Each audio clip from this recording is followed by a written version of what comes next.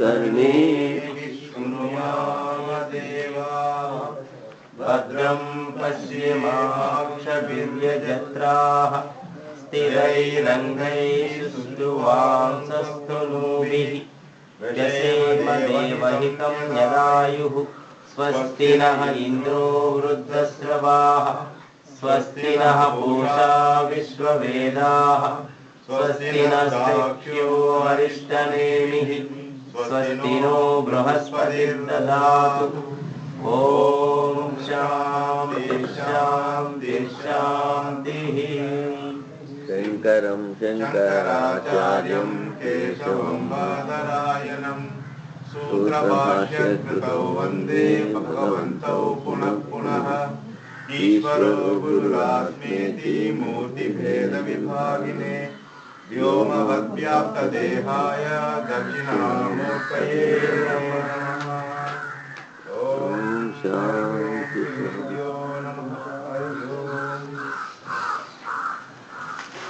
జాగ్రత్త అవస్థ స్వప్నావస్థ గురించి చెప్పారు. ఇప్పుడు సుషుప్తి. ఈ సుషుప్తి అవస్థలో వాడికి ఏమీ కోరికలు ఉండవు. కోరికలు కోరడు ఉంటున్నారు. నా కామం కామయతే. అందులో కళలు కూడా చూడడు. పని చేయదు అక్కడ. శరీరం ఇంద్రియాల్లో, ఇంద్రియాల మనస్సులో, ఆ మనస్సు ప్రాణంలో లీనమైపోతుంది. కానీ అనుభవం ఎలాగవుతోంది అంటే సూక్ష్మ మనస్సు సుషుప్తిలో శరీర వ్యాపకమై ఉంటుంది. దాని ద్వారా ఆ సుషుప్తి యొక్క ఆనందాన్ని అనుభవిస్తాం. అందుకనే అనుభవం కాకపోతే చెప్పలేడు కదా. కానీ ముఖ్యమైన మనస్సు, జాగ్రత్త మనస్సు ప్రాణంలో లేదు. అందుకే ప్రాణం ఒకటి ఆడుతూ ఉంటుంది సుషుప్తిలో. సుషుప్త స్థాన ఏకీభూత ప్రజ్ఞానఘన ఏవ. ఈ సుషుప్త స్థానము ఏకీభూత ప్రజ్ఞానఘన అంటే జ్ఞానము అంటే ఇక్కడ అనుభవం, లేకపోతే జాగ్రత్త సుషుప్తిలో ఉన్న సంస్కారాలు. ఆ సంస్కారాలన్నీ ఇక్కడ ఘనీభూతం అయిపోతాయి. కాన్సన్ట్రేట్. ఆనందమయ. అక్కడ జీవుడు ఆనందాన్ని అనుభవిస్తాడు. ఆనంద ప్రాచుర్యం. ఆనందమయ అంటే ఆనంద ప్రాచుర్యం. ఆనందాన్ని అనుభవిస్తాడు. చైతన్యంలోకి వెళ్తాడు, చైతన్యంకి వస్తాడు. ఇంత మునుపు జాగ్రత్తకి స్వప్నానికి చెప్పాం ఏకోన వింశతి ముఖాన్ని. జ్ఞానేంద్రియాలు, కర్మేంద్రియాలు, ప్రాణాలు, అంతఃకరణాలు, ఇవన్నీ కూడా అనుభవానికి మార్గాలు, ద్వారాలని చెప్పాం. ఇక్కడ అవేవి లేవు. అవన్నీ లీనం అయిపోయాయి కనుక చైతన్యమే ద్వారం. చేతోముఖ. చైతన్యంలోనే వెళ్తాడు, చైతన్యం నుంచే వస్తాడు సుషుప్తిలో. అందుకని దీన్ని ప్రాజ్ఞ అన్నాడు. జ్ఞా అంటే అనుభవం. ప్రకర్షేణ అనుభవం ప్రజ్ఞ. ప్రజ్ఞాన భావ ప్రాజ్ఞ. అది మూడో పాదం. ఆత్మకి 4 పాదాలు చెప్పాడు. జాగ్రత్త ఒకటి, స్వప్నం ఒకటి, ఈ సుషుప్తి మూడో పాదం. ఇప్పుడు దీనికి భాష్యం చూద్దాం.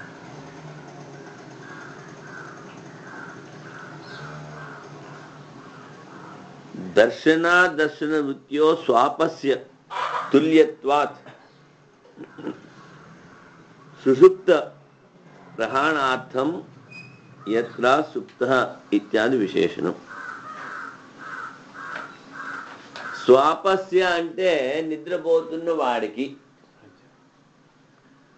అక్కడ చూడడం చూడకుండా ఉండడం రెండు ఒకటే వాడికి. దర్శనము లేదు, అదర్శనము లేదు. అందుకని సుషుప్తిలో ఇంద్రియాల యొక్క అనుభవం లేదు కనుక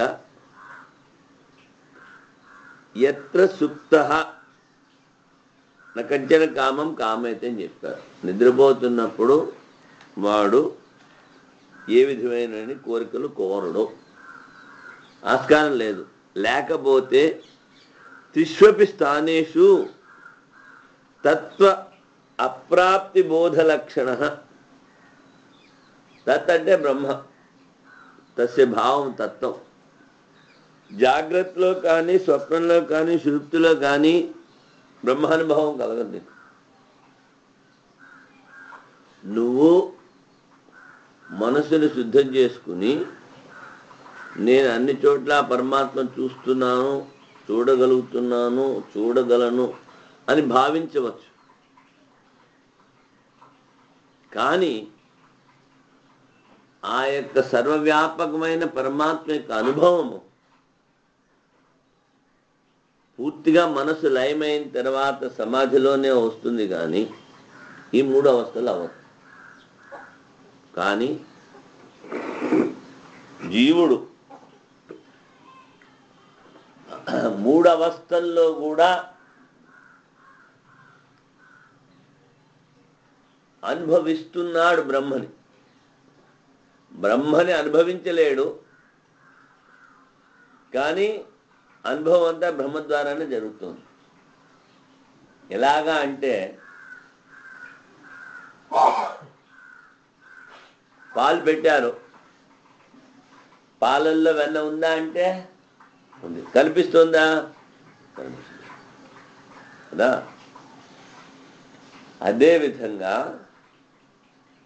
జాగ్రత్త అవస్థలో చెవులు మూసుకుంటే వైశ్వానర అగ్ని యొక్క శబ్దం నీకు వినిపిస్తుంది. అదేమిటి? ఆత్మన ఆకాశ సంబోధ ఆకాశాద్వాయు వాయురగ్ని.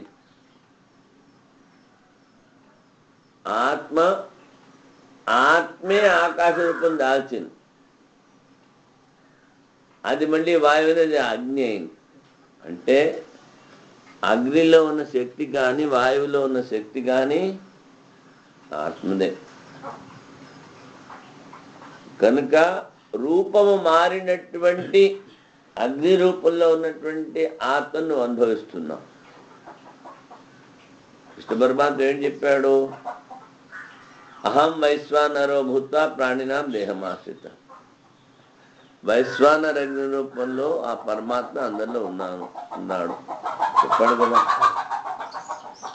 ఇది మనం చెప్తున్నది ఏమిటి?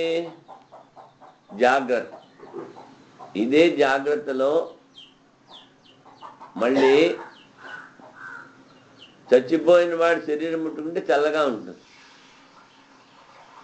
బతుకున్న వాడి శరీరం ముట్టుకుంటే వేడిగా ఉంటుంది. ఈ వేడి దేని లక్షణం? ప్రాణం యొక్క లక్షణం. ఆ ప్రాణం ఏమిటి? ఆత్మ ఆకాశం అయ్యి ఆ ఆకాశంలో ఉన్నటువంటి ఆత్మ ప్రాణమైంది.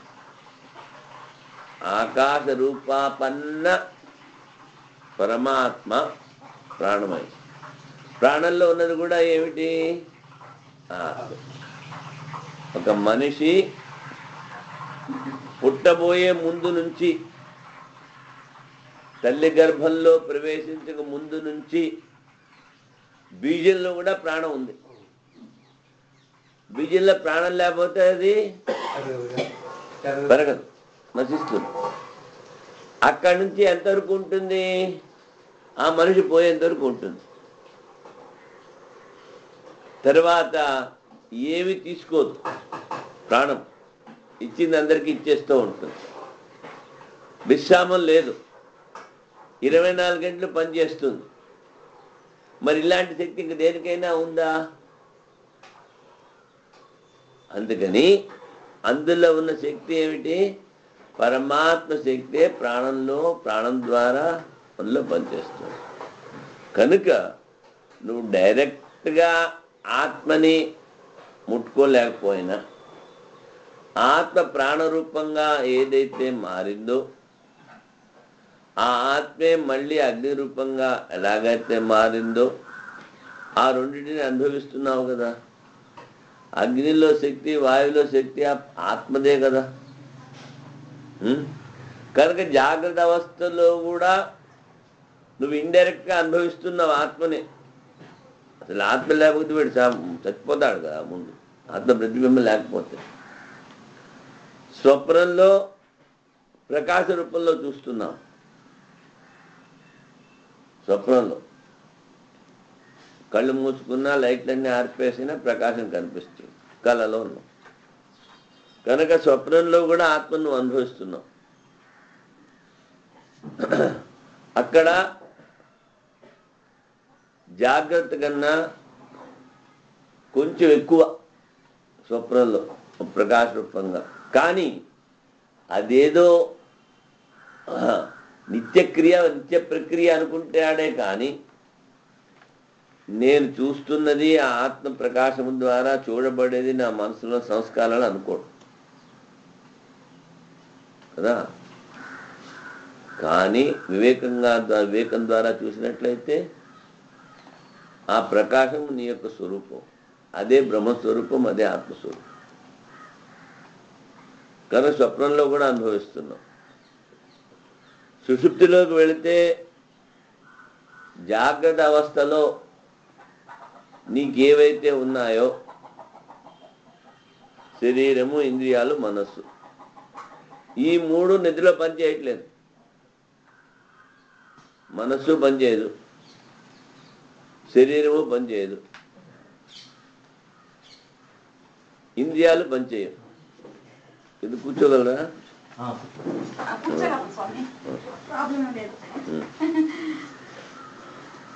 కానీ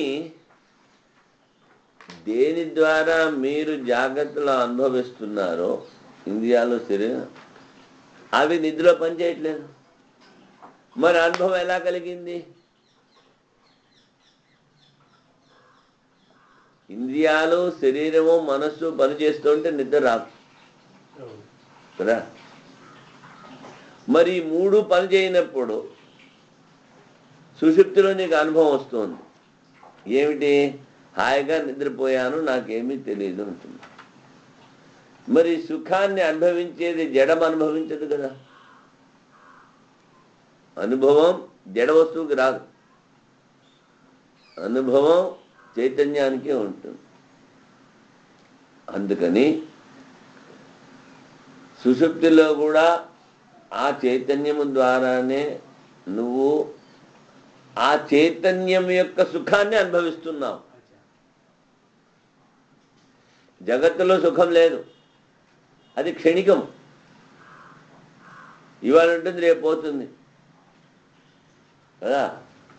కానీ ఈ సుఖం నిత్యం, ఎప్పుడు ఉంటుంది, నీతో ఉంటుంది.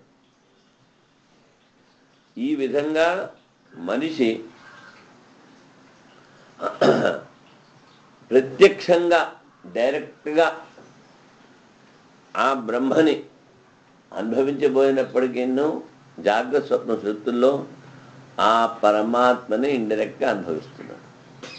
కానీ సమాధిలోకి వెళ్తే డైరెక్ట్గా అనుభవిస్తాడు, తాదాత్మ్యాన్ని చెందుతాడు ఆత్మతో. అందుకని ఇక్కడ ఏమిటంటున్నాడు?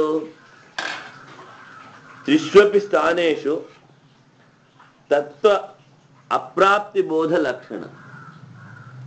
దాన్ని అనుభవిస్తున్నావే కానీ దాంతో ఏకీభవించట్లేదు.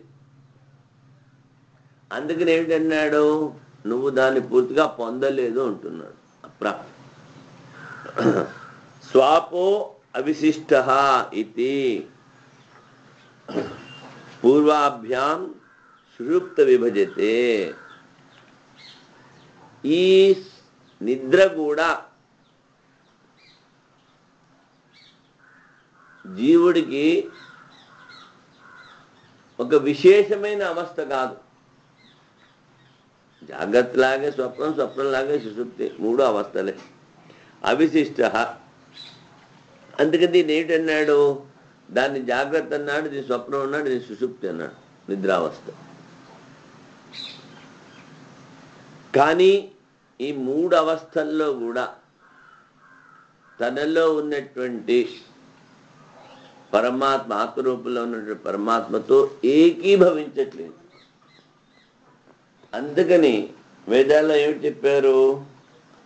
ఆహారహర బ్రహ్మ గమయతి. ప్రతిరోజు ప్రతి వాణ్ణి ఆ పరమాత్మ బ్రహ్మలోకి తీసుకుని వెళుతున్నాడని చెప్పాడు. ఒకటవుతున్నాడని చెప్పలేదు, ఒకటి నువ్వు అవ్వాలి. నీ మనసుని శుద్ధి చేసుకుని మనసులో ఉన్నటువంటి కోరికలన్నింటినీ తీసేసి ఆ మనసుని ఏకాగ్రం చేసి మనసుని ఆత్మలో లీనం చేసుకుంటే అప్పుడు అది అనుభవంలోకి వస్తుంది.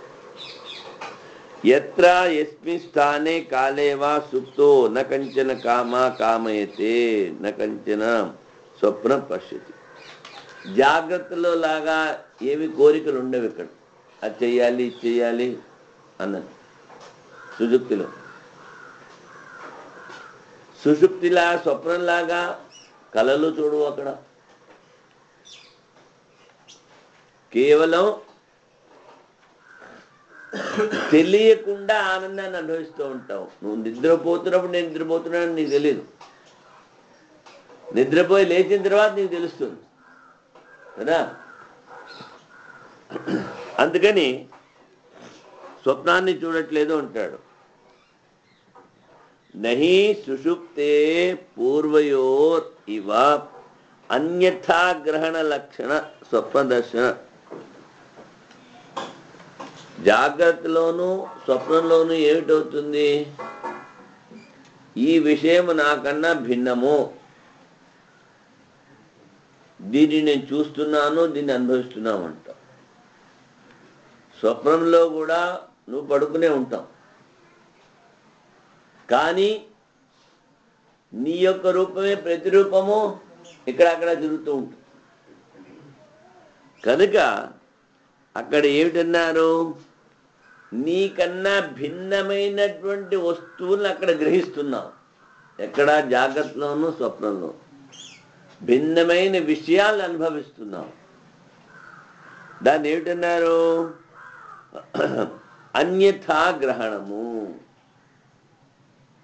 నా యథాగ్రహణం, అన్యథాగ్రహణం. అందుకని స్వప్నము లేదు, కోరికలు లేవు. తదేత సుప్తస్య స్థానం అస్యేతి సుషుప్త స్థాన. దీన్ని సుషుప్త స్థానము అన్నారు. స్వమపితో భవతి. స్వం అంటే ఆత్మ, అపి ఇత అంటే గత, తనలోకి తాను వెళ్ళాడు. స్వపితి, దాన్ని ఇక్కడ సుషుప్తము అన్నాం. సుషుప్త స్థానద్వయ విభక్తం మన స్పందిత ద్వైత జాత తథా. జాగ్రత్తలోను స్వప్నంలోను ఏమిటవుతోంది? మనసు స్పందిస్తోంది. అది చూస్తున్నాను, ఇది చూస్తున్నాను, ఇది చేస్తున్నాను. ఆ స్పందనం ఇక్కడ ఉండదు. మనస్పందనం అది ఎందుకని? ద్వైతం వల్ల వచ్చింది అంటాడు. నాకన్నా పరమాత్మ భిన్నము, నాకన్నా ఈ జగత్తు భిన్నము, నేను అనుభవించే విషయం నాకన్నా భిన్నము అనేటువంటి, నేను కుండని చూస్తున్నాను అన్నప్పుడు నువ్వు వేరు, కుండ వేరు. అదేవిధంగా జాగ్రత్తలోనూ స్వప్నంలోనూ ద్వైత భావం ఉంది. దాని మూలాన తథా రూప పరిత్యాగేన అవివేకాపన్న. రూపాన్ని వదిలిపెట్టట్లేదు అక్కడ. తర్వాత వివేకం లేదు. నైషతమోగ్రస్తమివ ఆహా సప్రపంచ ఏకీభూతమితి. ఇప్పుడు మీరు ఒక గ్రామానికి నడిచి వెళ్తున్నారు. సాయంకాలం అయిపోయింది. దూరంలో గ్రామం కనిపిస్తుంది, దూరంలో ఉంది, 1 కిలోమీటర్లు, ఇక్కడ చేరిపోతాం అనుకుంటారు. కానీ చీకటి పడిపోతే చీకటి కనిపిస్తుంది కానీ గ్రామం కనిపించదు కదా. అదే విధంగా సుషుప్తిలో మీ మనసులో అన్నీ ఉన్నప్పటికీ అది నైష తమోగ్రస్తమివాహ సప్రపంచ ఏకీభూతం. ఏకీభూతం అంటే ఒకటి అయిపోయింది. ఏ విధంగా అంటే చీకటిలో చీకటి కనిపిస్తుంది కానీ ఏమీ కనిపించదు. ఆ చీకటిలో అన్ని వస్తువులు కలిసిపోయినట్టుగా ఈ సుషుప్తిలో అన్నీ ఏకీభూతం ఒకటైపోయాయి అంటాడు. అతయేవ స్వప్న జాగ్రన్ మనః స్పందనాని ప్రజ్ఞానాని ఘనీభూతాన్ని. అక్కడ ఏవైతే ఉన్నాయో జాగ్రత్తలోను స్వప్నంలోను ఆ సంస్కారాలు ఇక్కడ ఘనీభూతం అయిపోయాయి, కాన్సన్ట్రేటెడ్. మళ్ళీ నువ్వు లేవగానే మళ్ళీ ఆ సంస్కారాలు నీకు వెనక్కి వచ్చేస్తాయి. ఉన్న సంస్కారం జాగ్రత్తలోను స్వప్నంలో ఉన్న సంస్కారాలన్నీ ఘనీభూతం అయిపోయాయి ఎక్కడ? నిద్రలో. అందుకని దీన్ని ఏమిటంటారు? అవివేక రూపత్వాత్ ప్రజ్ఞాన ఘన. వివేకం లేదు అక్కడ. నేను నిద్రపోతున్నాను, నేను ఆనందాన్ని అనుభవిస్తున్నానని నీకు తెలియదు. నిద్రపోతున్న వాడికి కొంచెం అనస్థీషియా అవ్వండి ఇవ్వకపోండి, కానీ గాఢ నిద్రలో ఉన్నవాడిని ఆ మంతం పడంగా తీసుకెళ్ళి నదిలో పడేసిన వాడు తెలియదు. ఎందుకని? నేను నిద్రపోతున్నాను, నేను ఆనందాన్ని అనుభవిస్తున్నాను అన్న జ్ఞానం ఆ అవస్థలో లేదు. ఎప్పుడు? అక్కడి నుంచి లేచిన తర్వాత కలుగుతుంది. అందుకని వాడు ఏమిటన్నాడు? ప్రజ్ఞాన ఘన అన్నాడు. ఆ అనుభవం కూడా, మనసులోని అనుభవాలన్నీ కూడాను ఏకీభూతం అయిపోయాయి. సాయం అవస్థ అవివేక రూపత్వాత్ ప్రజ్ఞానగా నోచితే యథా రాత్రౌ నైషేణ తమస అవిద్యమాన సర్వం ఘనమివ. ఏ విధంగా అయితే రాత్రిలో చీకట్లో అన్నీ చీకటే ఒకటే అయిపోతాయో చీకటితో, అదేవిధంగా తద్వత్ ప్రజ్ఞాన ఘన ఏవ. అందుకని నీ యొక్క మనసులో ఉన్న సంస్కారాలన్నీ అక్కడ ఏకత్వం అయిపోయాయి. ఏ శబ్దాన్న జాత్యంతరం ప్రజ్ఞాన వ్యతిరేకేణ అస్తి. ఇప్పుడు అన్నీ ఘనీభూతం అయిపోయి అన్నాడు అని ప్రజ్ఞాన ఘన ఏవ. ఇది ఒక్కటే ఉంది, ఇంకోటి లేదు. ఏం కారణం అంటే ఇది ఒక్కటే ఉంది, ఇంకోటి లేదు అన్నప్పుడు ఎందుకని? ఏవ శబ్దా న జాత్యంతరం. అక్కడ అనుభవం ఘనీభూతం అయిపోయింది, ఆనందంలో నువ్వు మునిగిపోయావు, అంతేకాని దానికన్నా ఇంకొక వేరొకటి ఏమీ అక్కడ లేదు. మనసో విషయ ఆకార ఆస్పదనాయ అసద్ దుఃఖాభావాత్. ఇక్కడ ఈ మనస్సు విషయాకారాన్ని పొందట్లేదు ఎక్కడా? సుషుప్తిలో. అందుకని ఆనందమయ ఆనందప్రాయ. దాన్ని ఏంటన్నారు? ఆనంద ప్రాచుర్యము లేక ఆనందమయము అన్నారు.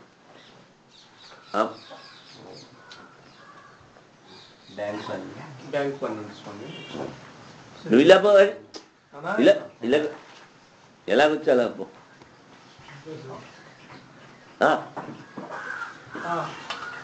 बहुपट वाला భూపత్వాల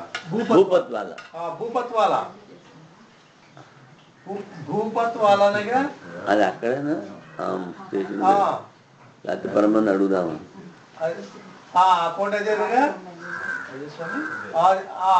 భూపత్వాల, హరిద్వార్ భూపత్వాల. స్వామీజీ పేరు మ్యాచ్ అయిందిగా, స్వామీజీ పేరు మ్యాచ్ అయితే చాలమ్మా. అదే అదే అది అందులో చూద్దాం సార్. లేకపోతే భూపత్వాలని తెలుసా, చూసావా? స్వామి తర్వాత అయితే పేరు మ్యాచ్ అయిందో లేదు కూడా చూడమ్మా. అంటే వాడి అకౌంట్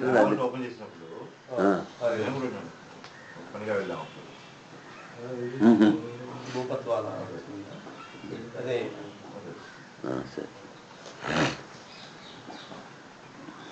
స్వామీజీ మధ్యలో అటు రావాలి, సత్సంగం ఆగిపోతాం. మళ్ళీ వెనక నుంచి తీసుకెళ్ళాలి. అది తెలియదు కదా నీకు.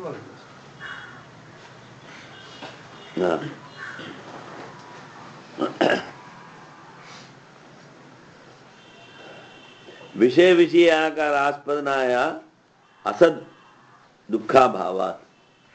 విషయము లేదు, దుఃఖము లేదంటున్నాడు అక్కడ. ఇప్పుడు ఎవరికైనా బాగా దెబ్బలు తగిలినా, ఏమన్నా యాక్సిడెంట్ అయినా వాడికి ఏం చేస్తారు? మొత్తం మంది ఇచ్చేస్తారు, పడుకోబడతారు. ఆ దుఃఖం వాడికి తెలియదు. త్వరగా కోలుకుంటాడు, నిద్రపోతే త్వరగా కోలుకుంటాడు. నిద్ర రాలేదనుకోండి ఎక్కువ బాధపడతాడు. అదేవిధంగా ఇక్కడ సుషుప్తిలో ఎవరికి దుఃఖం ఉండదు. ఉన్న దుఃఖం అంతా లేవగానే తక్కువైపోతుంది. రాత్రి ఎంత దుఃఖపడుతున్నాడో నిద్రపోయి లేచాడనుకోండి, ఆ దుఃఖం వెలాసిటీ తగ్గిపోతుంది, దాని డిగ్రీ ఆఫ్ దుఃఖం కూడా తగ్గిపోతుంది కదా. అందుకని అక్కడ ఏమిటంటే సుషుప్తిలో దుఃఖాభావాత్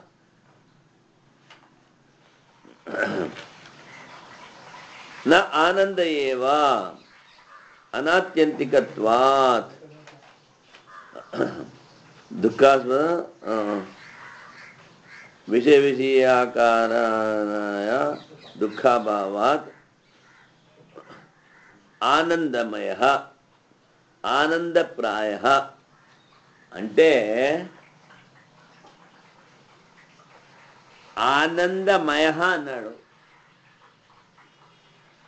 బయట విషయాల కన్నా, బయట విషయాలు అనుభవిస్తున్న వాటి కన్నా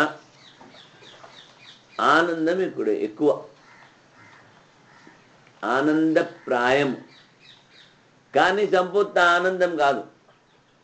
సంపూర్ణ ఆనందం ఆ భ్రమణ అనుభవిస్తూనే వస్తుంది. అందుకని అనాత్యంతికత్వాత్ ఎల్లప్పుడూ ఉండదు. తరువాత యథాలోకే నిరాయాస స్థిత సుఖీ ఆనందభుక్ ఉచ్యతే. లోకంలో ఏ పని చేయనప్పుడు అన్ని పనులు అయిపోయిన తర్వాత కూర్చుని నాకు ఇప్పుడు ఏం పని లేదు, నేను ఆనందంగా ఉన్నాను అనుకుంటాడు. అదేవిధంగా ఇక్కడ నిద్రలో కూడా ఆత్యంతిక సుఖాన్ని అనుభవించట్లేదు, ఆనందప్రాయాన్ని, లేకపోతే ఆనందమయం. ఆనందమయం అంటే ప్రాచుర్యం. ఇవాళ భోజనంలో మిఠాయిలు ఎక్కువగా ఉన్నాయి అన్నాం. అంటే ఏమిటి? ఆపూపమయ భోజనం. మిఠాయిలు ఎక్కువగా ఉన్నాయా అంటే అన్ని మిఠాయిలే అని కాదు, మిఠాయిలు ఎక్కువగా ఉన్నాయి. అదేవిధంగా నిద్రలో వాడు ఏమిటంటున్నాడు? ఆనందప్రాయము, ప్రాచుర్యంలో, అంతేకాని వికారార్థంలో కాదు. లోకే నిరాయాస అత్యంత అనాయాస రూపాహి యం స్థితి. తర్వాత నిద్రపోయేటప్పుడు ఏ విధమైనటువంటి శ్రమ ఉండదు, ఇంకా శ్రమ తగ్గిపోతుంది. కదా, శరీరం అంతా ఉత్సాహాన్ని పుంజుకుంటుంది. అనేన ఆత్మన అనుభూయతే ఇది ఆనంద బుక్. మరి అక్కడేమో వివిక్త బుక్ అన్నావు, సూక్ష్మాన్ని అనుభవిస్తున్నావు అన్నావు. మరి సుషుప్తిలో వీడు ఏమిటి అనుభవిస్తున్నాడు? ఆనంద బుక్, ఆనందాన్ని అనుభవించేటువంటి వాడు అన్నావు. ఎందుకని? అనేన ఆత్మన అనుభూయతే. ఈ ఆనందం దేని ద్వారా అనుభవిస్తున్నాడు? తనలో ఉన్నట్టు ఆత్మ ద్వారా అనుభవిస్తాడు. ఆత్మనే బ్రహ్మ అన్నాం. ఆ బ్రహ్మకి లక్షణం ఏంటి? ఉంది, జ్ఞాన స్వరూపము, ఆనంద స్వరూపం. ఆనంద ప్రాచుర్యం కాదు. ఆనందం ఎక్కువగా ఉందంటే ఎక్కడో చోట దుఃఖం ఉందన్నమాట. అలా కాదు, ఆనందమే. ఆత్మ ఏమిటి? ఆనంద, దాని స్వరూపమే ఆనందం. అక్కడ హెచ్చు తక్కువ లేవు. అందుకని అన్నాడు ఏమిటంటే ఆయాసం, పరిశ్రమ లేదు నిద్రలో. ఆ నిద్రలో ఏ సుఖాన్ని అయితే నువ్వు అనుభవిస్తున్నావో అదే సుఖాన్ని జాగ్రత్త అవస్థలో మనసుని ఏకాగ్రం చేసి, మనసుని శుద్ధం చేసి, మనసులో ఉన్నటువంటి సంస్కారాలన్నీ తీసి అనుభవిస్తే అదే సమాధి అన్నమాట. అంటే మనిషి చేయాల్సింది ఏమిటి? సాధన అంటే మనసులో ఉన్న కోరికలు తీసేసి మనసు శుద్ధి చేసుకోవాలి. ఏది చేసినా దీనికి తోడ్పడాలి. నీ సాధన అంతా, నీ ప్రయత్నం అంతా. హీతి స్థితి అనేన ఆత్మన అనుభూయతే ఏషో అస్య పరమ ఆనంద. ఇది వానికి పరమ ఆనంద స్వరూపము అని చెప్పారు. స్వప్నాది ప్రతిబోధ చేత ప్రతి ద్వారీభూతత్వా. 3 అవస్థలు ఉన్నాయి. 3 ద్వారాలు అనుకున్నాం. ఒకటి జాగ్రత్త, ఒకటి స్వప్నము, ఇంకోటి సుషుప్తి. జాగ్రత్త నుంచి స్వప్నాన్ని, స్వప్నం నుంచి సుషుప్తికి వెళ్ళాడు. మళ్ళీ ఎలా వస్తాడు? సుషుప్తి నుంచి స్వప్నానికి, స్వప్నం నుంచి జాగ్రత్తకు వస్తాడు. ఒక్కొక్కసారి స్వప్నం లేకుండా డైరెక్ట్గా కూడా రావచ్చు. కానీ ఆ చైతన్యమయమైనటువంటి ఆత్మానందాన్ని అనుభవిస్తున్నాడు కనుక ఆ ఆత్మే వీడికి ద్వారం. ఆ చైతన్యమే వీడికి బయటికి రావడానికి ద్వారం. ఇక్కడ అన్ని సంస్కారాలతో ఉన్నవన్నీ ఆ సంస్కారాలన్నింటినీ ఘనీభూతం చేసేసి అక్కడికి వెళ్ళాడు. మళ్ళీ అక్కడి నుంచి రావాలి. అందుకని ద్వారీభూతత్వా బోధలక్షణ వాచేత. అక్కడ ఏమిటి? బోధ ఉంది, ఎరుక. కానీ ఆ నిద్రావస్థలో బోధ ఉండదు. నిద్ర నుంచి లేచిన తర్వాత బోధ. నేను హాయిగా నిద్రపోయాను, నాకేమీ తెలియదు ఉంటాం రా. అందుకని ఏంటంటున్నాడు? బోధ లక్షణ వా చేతో ద్వార. ఆ బోధము లేకపోతే చైతన్యమే ద్వారం. అంటే నిద్రలోంచి వీడు మేలుకున్నాడు అంటారు, అంతే కదా. అందుకని ఏమిటైంది? ఆ చైతన్యమే ద్వారం అయింది. ఇప్పుడు ఎక్కడికి వెళ్ళాడో అక్కడి నుంచి రావాలి. ఎక్కడికి వెళ్ళాడు? ఎందులోకి వెళ్ళాడు? చైతన్యం నుంచి వచ్చాడు. అందుకని దాన్ని ద్వారం అన్నారు. ప్రతిరోజు ప్రతి మనిషి ఆ ఆత్మ ఆనందాన్ని అనుభవిస్తూ ఆత్మలో ప్రవేశించినప్పటికెన్నో నేను ఆత్మను అనుభవించాను, ఆత్మలోనే సుఖం ఉంది, ఆ ఆత్మనే అనుభవించాలి అనేటువంటి జ్ఞానం ఉండదు. దాన్ని అజ్ఞానం అన్నాడు. అంటే ఏమిటి? నిద్ర లేవగానే వాడు శరీరంతో, ఇంద్రియాలతో, మనస్సుతో ఒకటైపోతాడు. నేను శరీరము, నేను ఇంద్రియాలు, నేను మనస్సు అనుకుంటాడు. వీటిలోనే తిరుగుతూ ఉంటాడు.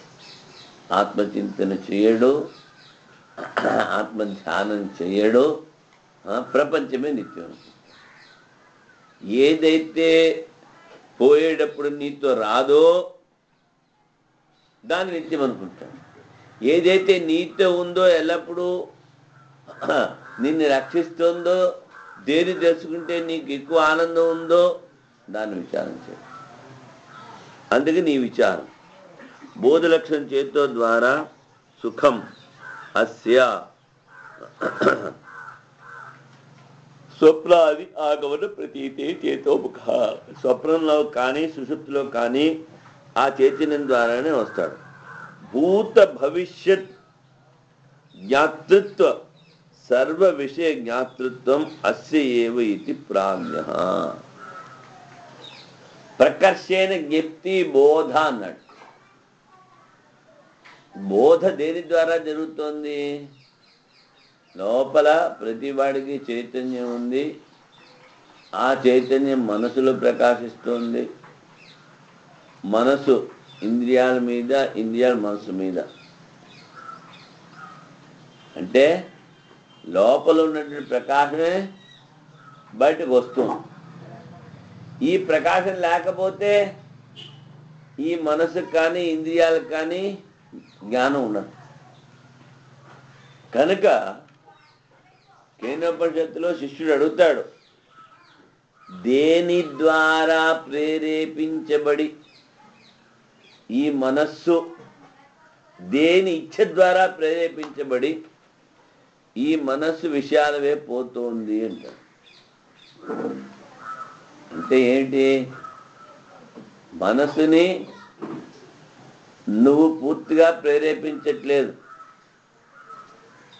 నువ్వు ఒకటి ఆలోచిస్తే ఇంకో ఆలోచన వస్తూ ఉంటుంది. ధ్యానం చేస్తే బాగా తెలుస్తుంది. వెళ్ళంగానండి మాకు రాలే, అందులోకి వెళ్ళలేకపోయాం. ధ్యానం 6 రోజులు వెళ్ళాం, ఇద్దరం వెళ్ళాం. ఎక్కడికి వెళ్తే ధ్యానంలోకి వెళ్తావా అనుకుని వెళ్ళాం, కానీ వచ్చేస్తున్నాయి. మీరు వద్దనుకున్నా వస్తున్నాయి, మిమ్మల్ని అడగకుండా వస్తున్నాయి కదా. ఎందుకు అంటే ఈ మనిషి అనేక జన్మలెత్తి మనిషి జన్మలోకి వచ్చాడు. ఆ మనసులో అనేకమైన సంస్కారాలు ఉన్నాయి. అవన్నీ ఖాళీ చేసుకోవాలి. ధ్యానం చేసినప్పుడు మనసును నిలబెట్టుకుందామంటే ఆ లోపల నుండి బయటకు వస్తూ ఉంటాయి. అందుకని వచ్చాయని పరిగెత్తకూడదు. ఆ సమయంలో నాలో ఉన్నటువంటి చైతన్యము, నేను చైతన్య స్వరూపము, నేను ఆత్మస్వరూపము, ఇదే బ్రహ్మము. కనుక చైతన్యమైనటువంటి నాలో ఏమీ లేదు. జడమైన మనసులో ఏదో జరుగుతూ ఉంటుంది, జరుగుతూ ఉండని. నేను చైతన్యం అని అన్నిటినీ కనుక తొలగించేసినట్లయితే అప్పుడు మీకు ఆత్మవిశ్వాసము, ఆత్మలో దృఢత, ధైర్యము ఇవన్నీ వస్తాయి, పెరుగుతాయి. నేను మనసు వెనకాల పోతున్నాను అనుకుంటే అంత గోవింద కొడుతుంది బండి. ఉన్నది మన ఒకటే దేవుడు, ఒకటే ఆత్మ, అదే బ్రహ్మము, అదే నేను అని వేదాలు చెప్తున్నాయి కదా. అహం బ్రహ్మాస్మి, అయం ఆత్మ బ్రహ్మతత్వమసి. మరి ఇంత తెలిసిన తర్వాత మనసు వెనకాల ఎందుకు పరిగెత్తాలి? వివేకం ఉంది కదా. వివేకం ద్వారా ఇదంతా జరుగుతున్నది. ఏ జరిగినా ఒక చెడ్డ కళ వచ్చింది, ఒక చెడ్డ విచారం వచ్చింది, అప్పుడు ఏమిటి అనుకుంటా? నేను ఆత్మని, ఇది మనస్సులో ఉన్నది, ఇది నా స్వరూపం కాదనుకోవాలి. దాన్ని వివేకం అన్నారు. అందుకని భూత భవిష్యత్ వర్తమానాలకు కూడా జ్ఞానం దీని ద్వారానే కలుగుతుంది అంటున్నాడు. భూత భవిష్యత్ జ్ఞాతృత్వ సర్వ విషయ జ్ఞాతృత్వం అస్యేవ. భూతకాలాన్నైనా భవిష్యత్తునైనా వర్తమానైనా నువ్వు దీని ద్వారానే తెలుసుకుంటున్నావు అంటాడు. మనిషిలో చైతన్యం లేకపోతే ఇంకెందుకు వాడు?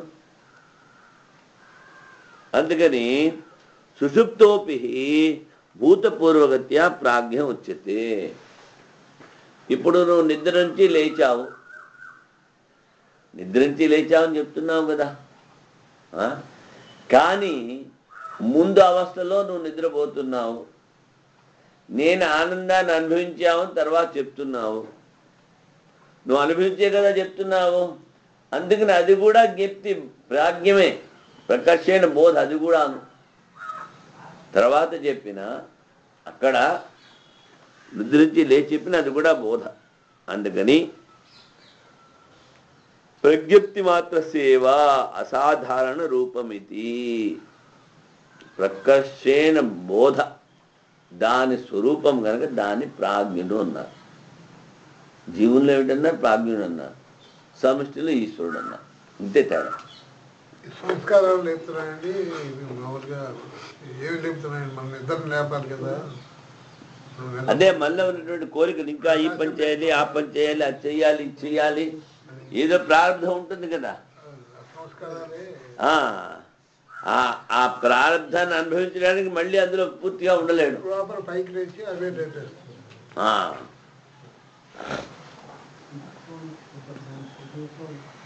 అందుకని సక్రమమైనటువంటి అనుభవము అన్నారు కనుక దాని ప్రజ్ఞ అన్నారు. ప్రజ్ఞభావమే ప్రాజ్ఞ కనుక జీవుడు ఏమిటన్నారు? సుషుప్తిలో వాడు ప్రాజ్ఞుడు. వాడి పేరేమిటి? ప్రాజ్ఞుడు. స్వప్నంలో ఏమిటన్నారు? తైజసుడు ఉన్నారు. తైజస్సు అంటే తైజస పదార్థం అంటే వెలుగున్నది, అగ్ని లాంటిది అని. అక్కడ ప్రకాశం కనిపిస్తుంది కదా. ఆ ప్రకాశంలో మన సంస్కారాలు చూస్తున్నాం. అందుకని దాన్ని తైజసం అన్నారు. ఇక్కడ విశ్వము అన్నారు. జాగ్రత్త, విశ్వము అంటే సర్వము అని. విశ్వము అంటే సర్వము అని. ఎందుకని? ఒకటే ఆత్మ బ్రహ్మము కనుక సమిష్టి స్థూల శరీర అభిమానిని విశ్వరూపం అన్నారు, లేకపోతే విరాట్ అన్నారు. అందుకని వీడిని అభిమానిని ఏమిటన్నారు? వాడు వీడు ఒకటే కనుక వీడిని విశ్వం అన్నారు. ఇక్కడ ప్రకాశం కనిపిస్తుంది కనుక తైజసం అన్నారు. సుషుప్తిలో అనుభవిస్తున్నాడు కనుక ప్రాజ్ఞుడు అన్నారు. పేరు సంస్కృతంలో ఏ పేరు పెట్టినా దాని వెనకాల అర్థం ఉంటుంది. అర్థం లేకుండా పేరు ఉండదు, ఒక శబ్దం ఉండదు. అందుకని చా వా వై కైలాసాసం ఏమిట్రా అంటే ఇలాంటి వాటిలకు కూడా అర్థం ఎక్కడైతే చెప్తారో అది కైలాసాసం ఉన్నారు. అందుకని భూత భవిష్యత్ వ్యక్తిత్వ సర్వ విషయ ప్రాజ్ఞ సుషుప్తోపి. అకౌంట్ నెంబర్ పేరు వచ్చింది కదా. అకౌంట్ నెంబర్ పేరు సేమ్ బ్యాంక్ అయితే వస్తుందంట సార్. ఇది ఇండియన్ బ్యాంక్ కదా, స్టేట్ బ్యాంక్. ఇది ఓపెన్ అవ్వదంట. ఓన్లీ ఐఎఫ్సి కోడ్ కొడితే ఆ బ్రాంచ్ పేరు మాత్రం వస్తుందంట. అది భూపత్ వాళ్ళ లేవా అడుగుదాం. భూపత్ వాళ్ళని అయితే సరిపోయేది. అందులో హరిద్వారాన్ని రాశాము. అది భూపత్ వాళ్ళ చూసాను. నేను ఇప్పుడు చూస్తానండి అందులో. భూతపూర్వగత్యా ప్రాజ్ఞ అథవా ప్రజ్ఞప్తి మాత్రస్యేవ అసాధారణ రూపం. బోధ ఏమిటి? ఆనందం యొక్క బోధ. ఈ నిద్ర యొక్క అసాధారణ లక్షణము అంటాడు. ఇతరయోహో విశిష్టమపి విజ్ఞానమస్తి. జాగ్రత్తలోనూ స్వప్నంలోనూ జ్ఞానం ఉంది అని చెప్తాం అంతే. అందుకని ఇక్కడ బోధ మాత్రమే ఉంది. బోధ అది కూడా ఎప్పుడు ఆ అవస్థల్లో కాదు, అక్కడి నుంచి లేచిన తర్వాత. అందుకని దీన్ని ప్రాజ్ఞము అన్నారు. ఆ ప్రాజ్ఞమే తృతీయము అన్నారు. ఇప్పుడు నాలుగోది చెప్పే ముందు ప్రాజ్ఞావస్థల్లో దేన్నైతే నువ్వు అనుభవించావో దాని గురించి చెప్తున్నాడు. దేని ద్వారా అనుభవించావో. ఏష సర్వేశ్వర, ఆరో మంత్రం. ఏష సర్వజ్ఞ, ఏష అంతర్యామి,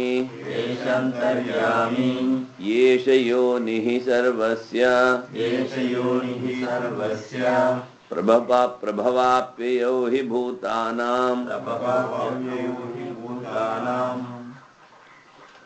సర్వస్య ఈశ్వర.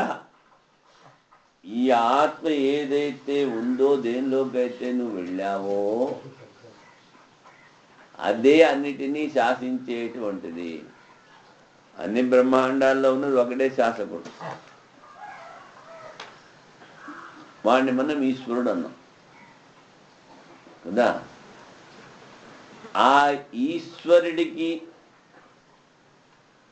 ఏదైతే ఉందో చైతన్యమో ఆ చైతన్యమే నీలోనే ఉంది. నీలో ఉన్న చైతన్యము ఈశ్వరులో ఉన్న చైతన్యం రెండు వేరు కాదు. చైతన్యము అన్ని బ్రహ్మాండాల్లో ఒకటే.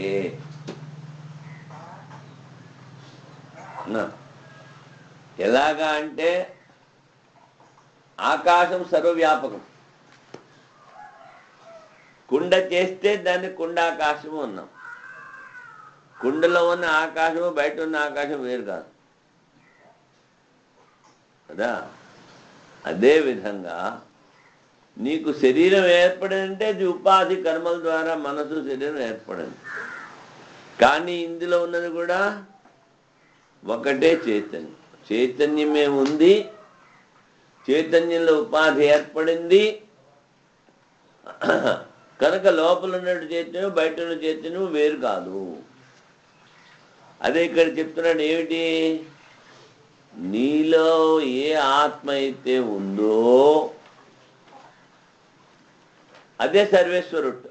ఏష, ఇది ఏతత్ సర్వశ్చ ఈశ్వర. అందరినీ నువ్వు శాసిస్తున్నావు అంటే ఆ సర్వేశ్వరుడు నువ్వే. ప్రహ్లాదుడికి కాదు, ధ్రువుడికి నారదుడు ఉపదేశం చేశాడు కదా.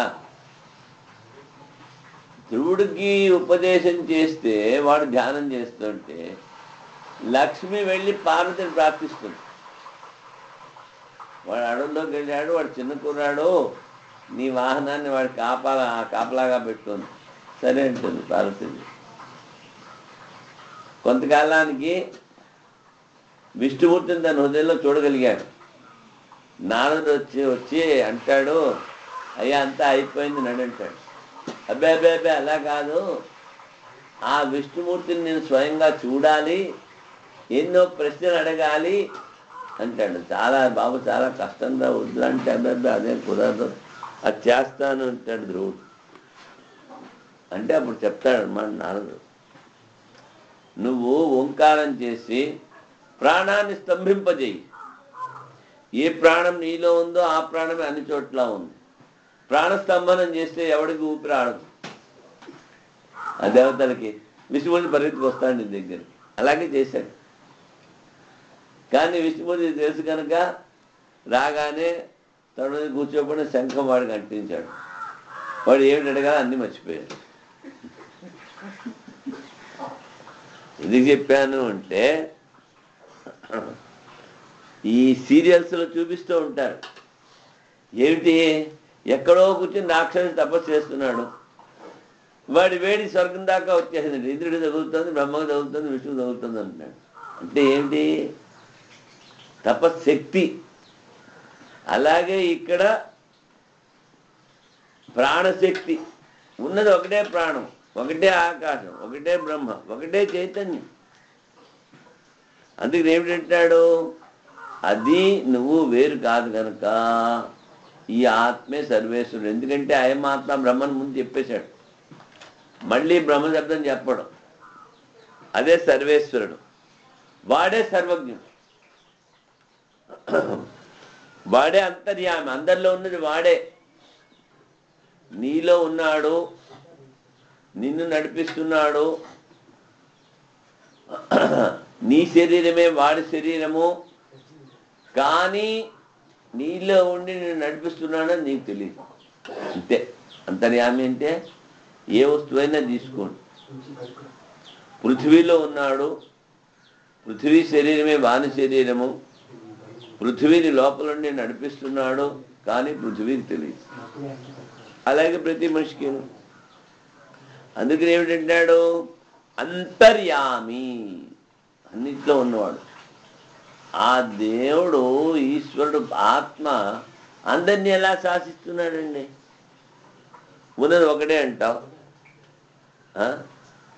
ఒకడే రాజు ఒక రాజ్యాన్ని వెళ్తాడు, అన్ని రాజ్యాలు అన్ని బ్రహ్మాండాలు ఎలా వెళ్తున్నాడు అంటే అందరి లోపల ఉన్నాడు, వ్యాపించి ఉన్నాడు కనుక సర్వాంతరత్మాత్ అన్నారు. సర్వాంతరత్మాత్ అంటే అందరిలో ఉన్నది ఒకడే.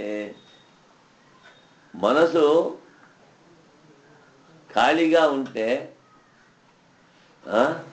నువ్వు అనుకున్నది నాకు తెలిసింది, నేను అనుకుని మీకు తెలుస్తుంది. వైబ్రేషన్ ఒకటైపోతాయి కదా. ఎందుకని మొదలు ఒకటే చైతన్యం. సర్వస్య ప్రభావాప్యోహి భూతానాం, వాడే ఈ ప్రపంచంలో ఉన్నటువంటి అన్ని భూతాలు పుట్టడానికి లయమవడానికి కూడా కారణము అదే అని చెప్పారు. ఇక్కడ ఆపుదాం, కొంచెం చెప్దాం.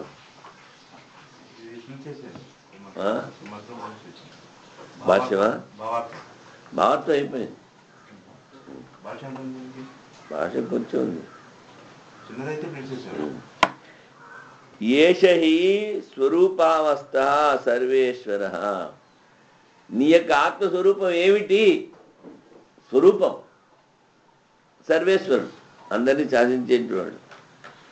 సాధిదైవికస్య భేదజాతస్య, ఆది దైవము, ఆది భౌతికము, అధ్యాత్మము, అన్నిటినీ శాసించేవాడు వాడే. ఈశ్వర అంటే ఈశిత, శాసించేటువంటి వాడు.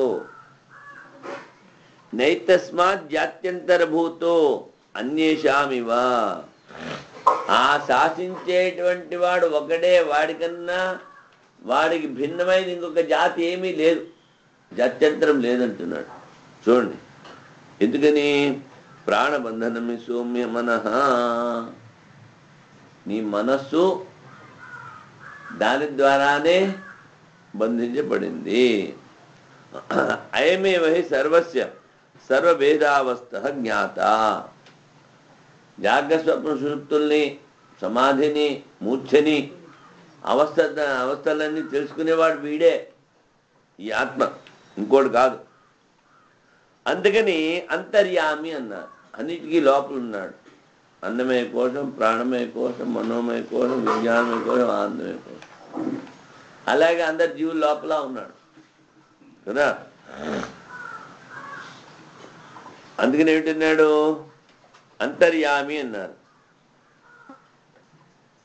అందరి లోపల ప్రవేశించి ఉన్నట్టు.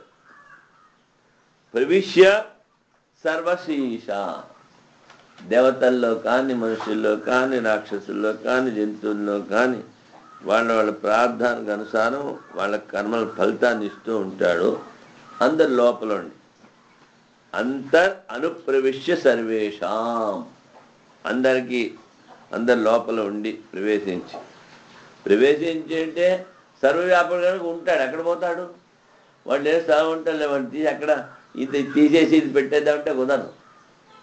అందుకని భూతానాం యమయిత, శాసించేటువంటి వాడు, నియంత అంటారు వాడే. अतएव यथोक्त सभेदः जगत् प्रसूयते इति ఏష యోనిః. ఈ దీని నుంచే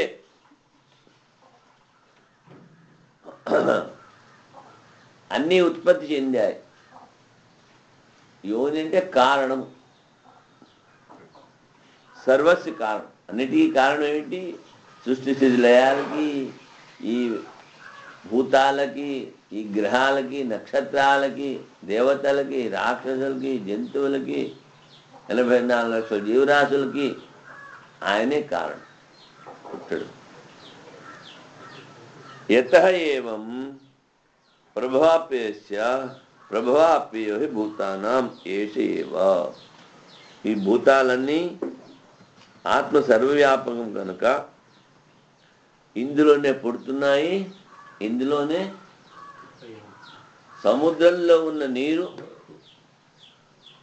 సూర్యుని వేడిమికి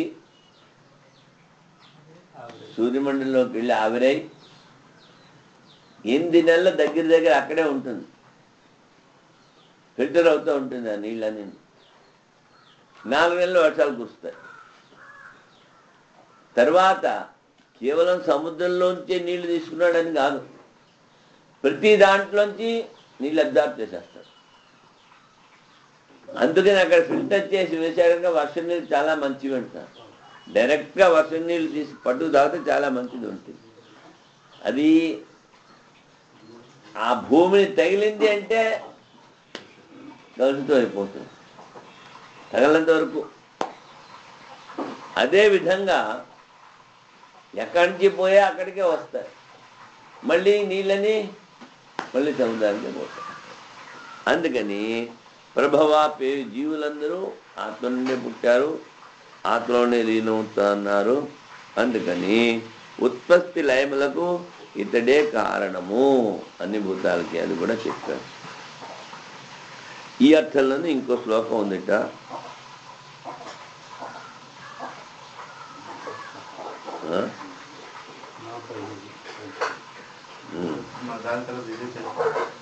ఈ మంత్రానికి తర్వాత మూలమంత్ర రాదు, కార్యక్రమ మంత్రాలు చేస్తారు.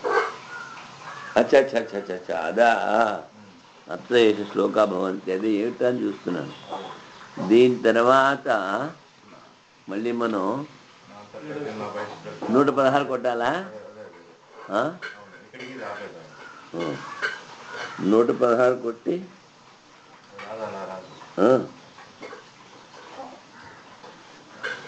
చాలు.